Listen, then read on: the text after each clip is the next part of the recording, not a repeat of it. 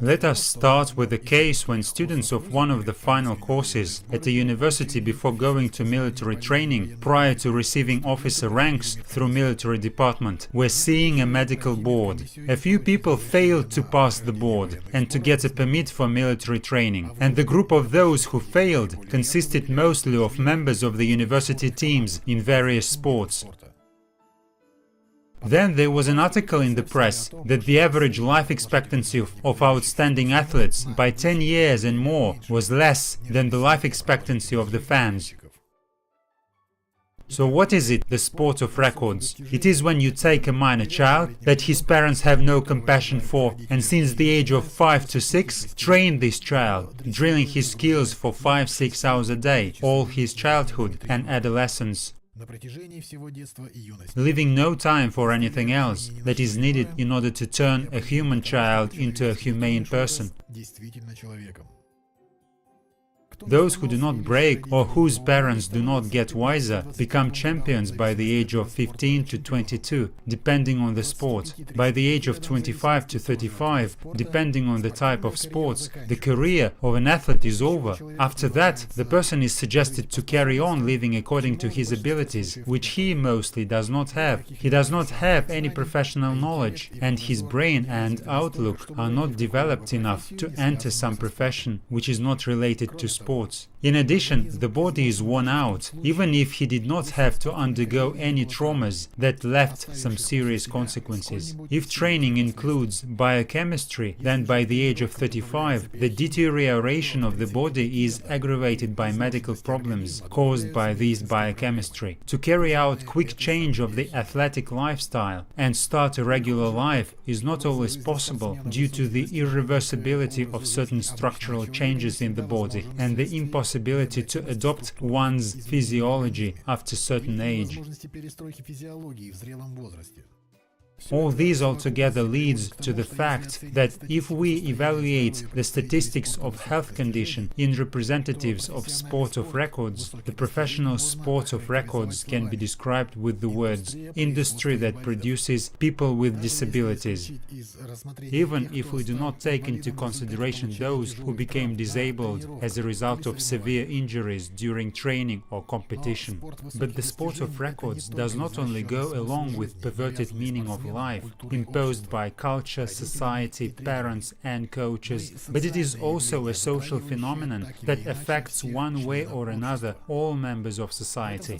In this social phenomenon, the public is offered the so-called honor of the country. Our athlete is on the podium, the national flag near the ceiling of the gym or on the flagpole of the stadium. The anthem of the country is in the air. Fans of the winners are in tears of delight. Fans of the losers are in tears of feelings of defeat. Ambulances rush to those who failed to safely survive delight or disappointment. But there are questions. Now, does the life of the winning country change for the better or not?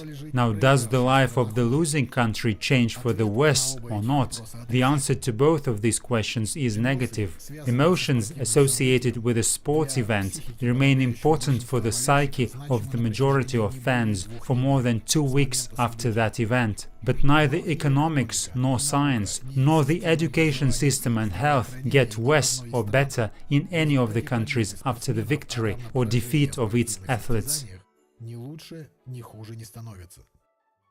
But the competition schedule spans the entire year, and therefore the presence of professional sports of records should be viewed as a permanent social factor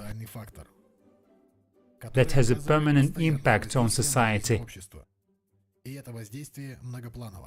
The financial and economic aspect.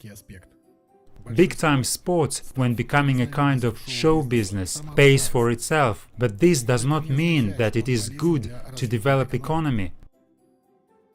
The sources for self-sufficiency in some cases do not even proceed from the ticket sales to sporting events. These sources are actually money of sponsors and advertisers that invest in advertising of their products but sport can cause direct harm to society. Case in point is football war between Salvador and Honduras in 1969, which was caused by the defeat of the national team of Honduras to the team of Salvador in the qualification phase of the World Cup, which claimed several thousand lives. Rampage of the fans has become a common practice these days, so there is no more talk about the benefits of such investment in professional sports to solve the problems. All these investments could really benefit society if they were really invested in solving social problems directly. Political aspect. It is simple. The larger the population go crazy over some sports, the more time and resources of their psyche is spent on sports, and the less people have interest in politics, and therefore the easier it is to do this same policy, uncontrolled, in relation to the society. Moral ethical aspect. This is a question of the ratio in societal life. In terms of moral and ethical issues, sport depraves society, especially younger generation. Firstly, athletes are inclined to make statements like, "People want to play football and they are forced to grind the nuts," expressing the desire to have pleasure in doing sport for the sake of illusory honor of the country or the stupid complacency, and in living on all goods and services produced by others. And not all of them pay their debts to society by becoming coaches and attracting children to physical culture, rather to the sport of records, not to mention that they do not show their worth for the society in some other professions and domains, apart from sport. Secondly, sport has a corrupting impact on the younger generation in terms of sowing bad seeds into their minds in the form of illusion to have luxurious life led by professional athletes, which can be achieved much easier than by mastering some knowledge during study and having personal benchmark for creative activity in the real sector of economy. But it is only Olympic champions who do not create anything but illusory sports honor of the country and are given luxury cars by the government. It is only exceptional athletes who have income to buy villas and luxury cars. As for nursery school teachers, doctors, college teachers and engineers, they live on one salary that barely allows making ends meet. Thirdly, there is no point for toilers to fulfill their creative potential in order to provide professional athletes with luxurious life, board and lodging, the latter being similar to any other parasitic social groups that do make money but do not do labor. And this is not social envy, as it is often represented by moneymakers, but refusing to support the subculture of parasitism, as well as the statehood, which cultivates parasitism in society as a systemic factor. In addition, in terms of aspect of controlling, back in Soviet times, the sports committees, federations of various sports used to put forward best athletes of the time, veterans of the sport, who did not work for Olympic results, but for propelling teens into general sports clubs, so far as the country's economy made it possible.